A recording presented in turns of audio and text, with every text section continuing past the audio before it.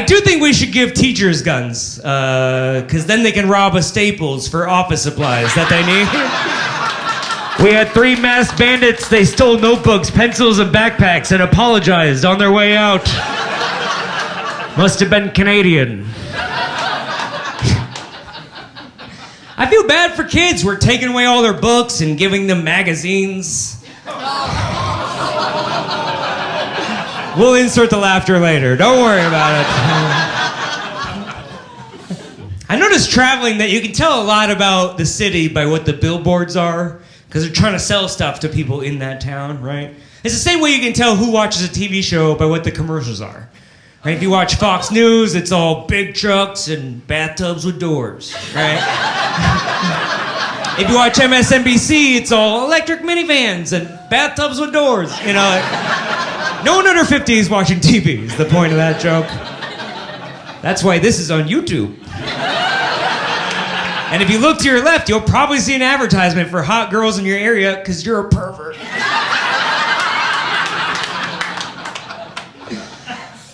But I think you can tell a lot about a city by what the billboards are, right? If you go to Texas, it's like boot barn and fireworks. If you go to Tennessee, it's like pro-life and fireworks. And if you go to Alabama, it's just pictures of fireworks. Because they can't read. Yeah.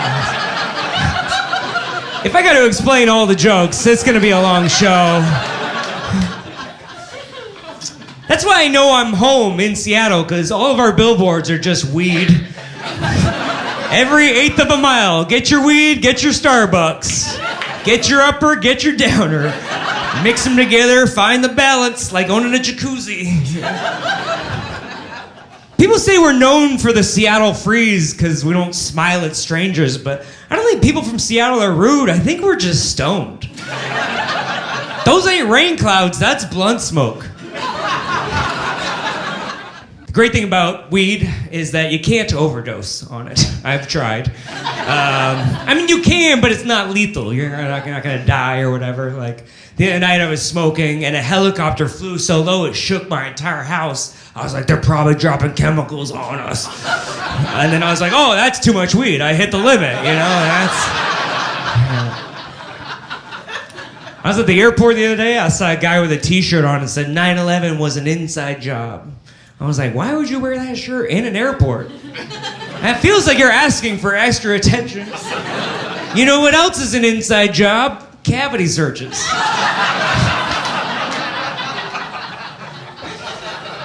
I like conspiracy theories, they're fun. My favorite is the deep state conspiracy, which means there's like a secret shadow government running shit, and the presidents are just puppets.